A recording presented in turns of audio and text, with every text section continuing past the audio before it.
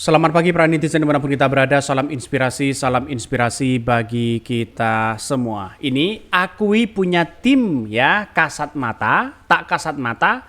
Gibran mengatakan rahasia, namanya juga tidak terlihat. Ya, inilah ya istimewanya kalau punya orang dalam.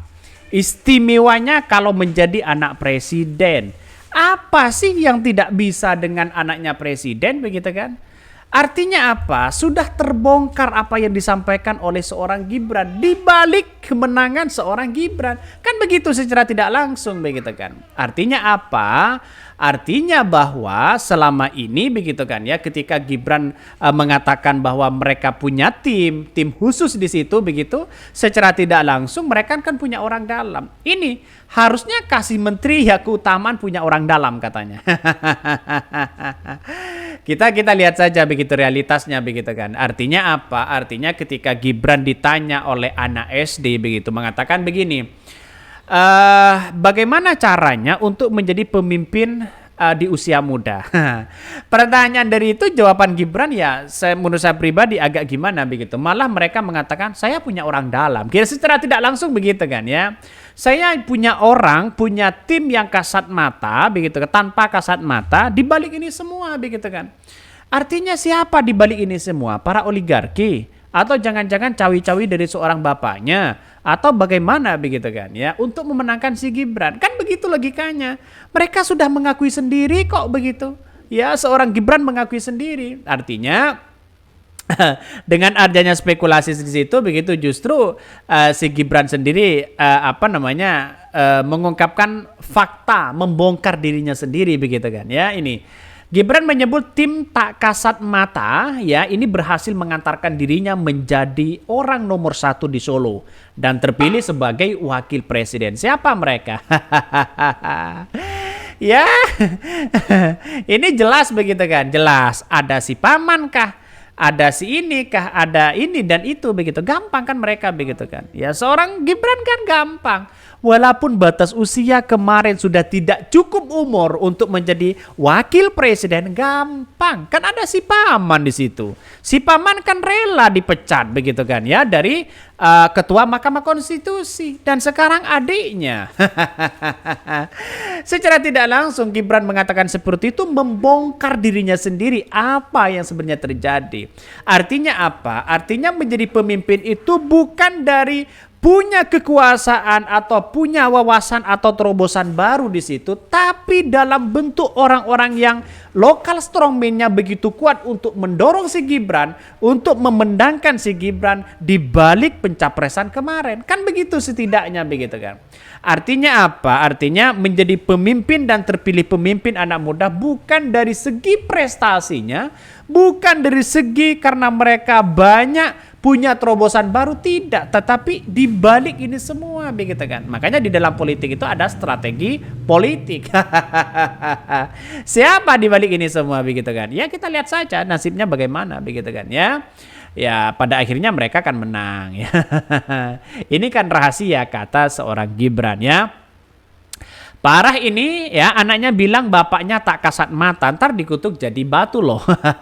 Ini komentar-komentar netizen ngeri-ngeri banget di situ begitu kan ya. Maka kalau menurut saya pribadi jawaban dari seorang Gibran itu bukan seperti itu begitu kan. Mengatakan saya punya tim tak kasat mata untuk memenangkan ini, bukan seperti itu jawabannya. Dan itu menurut saya pribadi tidak nyambung. Apa yang ditanyakan oleh anak SD bagaimana caranya menjadi pemimpin di usia muda begitu kan. Malah jawaban Gibran apa? Saya punya orang yang tak kasat mata untuk memenangkan dirinya. Bukan itu jawabannya. Justru jawaban si Gibran itu blunder kepada mereka sendiri begitu kan. Mengapa saya katakan seperti itu? Seolah-olah Gibran hanya menjadi boneka. Hanya menjadi boneka sana sini. Seharusnya jawaban Gibran itu saya terpilih menjadi pemimpin pertama karena saya punya prestasi, dipercaya oleh rakyat, punya gagasan baru, punya terobosan baru, punya langkah program yang baik. Kan seharusnya seperti itu jawabannya begitu kan. Bukan jawabannya saya punya orang tak kasat mata. Artinya punya orang dalam. Ada lokal strongman yang mengontrol Gibran. Ya nantinya orang akan berspekulasi Gibran itu hanya jadi boneka. Kan begitu logikanya begitu kan. Maka wah ini banyak sekali kritikan-kritikan itu begitu kan. Tapi nampaknya apa yang kemudian disampaikan oleh Gibran ini menjadi multitafsir. Banyak sekali pro dan kontra di situ begitu kan ya. Kalau kita melihat dan merujuk pada apa yang kemudian disampaikan Gibran ini sebagai ini, Wali Kota Solo Gibran Raka Buming Raka mengakui memiliki tim yang tidak terlihat. Siapa mereka begitu? Yang tidak terlihat itu siapa begitu ya? Ada apa begitu kan ya?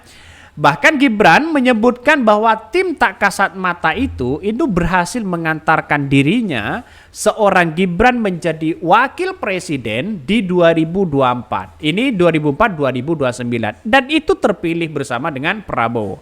Nampaknya walaupun mereka menabrak aturan begitu seperti PDIP, kita lihat saja nasibnya PDIP bagaimana begitu kan ya. Setelah ditinggal Gibran, akibat PDIP dipreteli sana sini ya, dicap sebagai pengkhianat dan sebagainya oleh Gibran ini, maka dia tidak menghiraukan itu begitu. Kalau anak SD bertanya lagi, kenapa ya seorang Gibran bisa keluar dari PDIP, kan itu kan seharusnya kalau bertanya seperti itu kan enak begitu kan. Namun dirinya ya enggan membeberkan saat ditanya terkait timnya tersebut. Siapa mereka? Ya bisa saja ada kelompok di dalamnya begitu kan ya. Jangan-jangan ada seorang Jokowi. Mereka tidak mau membeberkan itu begitu kan. Itulah kekuatan mereka. Bisa saja menang karena bansos, bisa saja menang karena ini berkarena itu begitu kan. Dan bahkan katanya timnya ini akan tetap dipakai ya setelah pilkada. Maka seorang Gibran mengatakan setelah pilpres ada lagi tugasnya, yaitu adalah pilkada. Pilkada ini tentu seorang Kaisang akan maju begitu kan ya, didorong untuk maju. Ya kita lihat saja nantinya apakah tim dari Kaisang, dari Gibran ini akan seperti itu juga begitu. Nah, kita tahu bahwa dalam konteks ini begitu kan ada lokal strongman yang mendorong itu. Kalau menurut saya pribadi seperti itu begitu. Apa yang disampaikan oleh Gibran. Bahkan Gibran ya menyampaikan bahwa setiap pemimpin itu punya gaya masing-masing, tidak terkecuali dirinya. Sebagai pemimpin muda, dirinya mengaku memiliki tim yang tidak pernah kelihatan kerjanya. Itu kan secara tidak langsung bukan soal permanen ya dari seorang Gibran, dalam artian seorang pemimpin kan dilihat dari permanen mereka begitu kan ya. Dalam artian begini.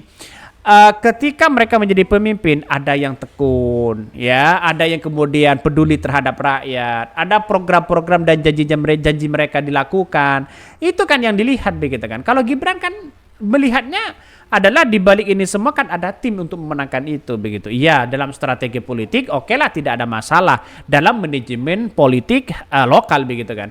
Tapi kita lihat saja realitasnya, dan itu kan semuanya apa yang disampaikan Gibran kan membongkar dirinya sendiri begitu kan terkait dengan situasi politik ini. Maka menurut saya pribadi lihat saja nanti bagaimana rakyat Indonesia. Mungkin itu yang kami sampaikan. Ya, tonton terus channel Khodari Podcast Rakyat ini, jangan lupa di subscribe.